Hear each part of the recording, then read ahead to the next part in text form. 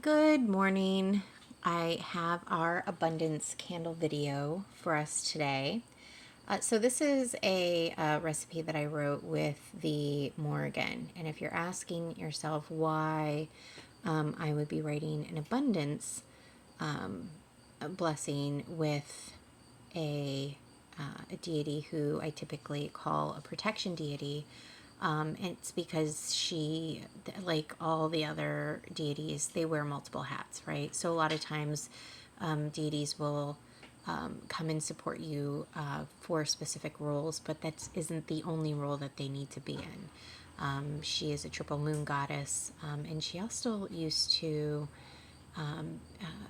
worshiping her would bring wealth and abundance to farmland and animals as well. She's multifaceted and amazing.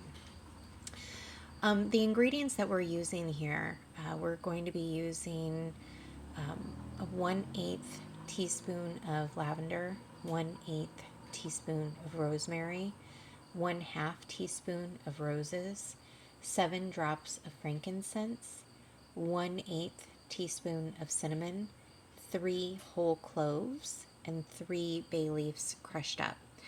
I go and I take it and I mush it all together. I lay it flat and then I actually put the string, the wick in it, and then I roll it together, smush it all together, and then roll it so it's relatively smooth. And you might be asking, Christy, why in the world are you doing this on your stovetop? And there is a method to my madness. The reason why I chose to do this is because I can actually turn the burner on low when I'm rolling everything out and I'm making it smooth. And kind of just, I'm very vain and I like things that are pretty. So by rolling it out and making it smoother, I just think they're visually more appealing. They don't have to be perfectly smooth because nothing in life is perfect, but I do like the way that melting the wax on the outside and making it smoother, I like the way that it looks. It's personal opinion. You don't have to do that. But if you do have a glass stove, I'm just saying that that is an option. And it also makes cleanup a snap because you turn on the burners and then you use a paper towel, and you, as the wax melts, you just soak it up into your paper towel. And wham, bam, thank you, ma'am, you're all done. And it's great. Works out perfect.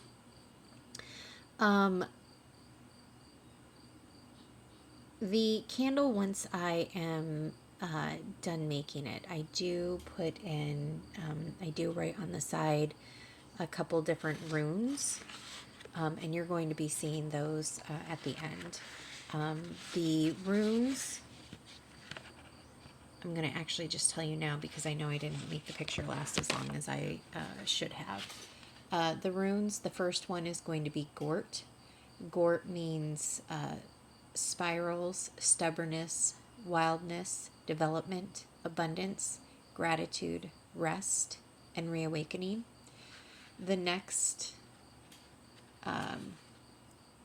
the next rune that I carve into it would be Or, and Or is abundance, creativity, honoring family, loved ones, and community.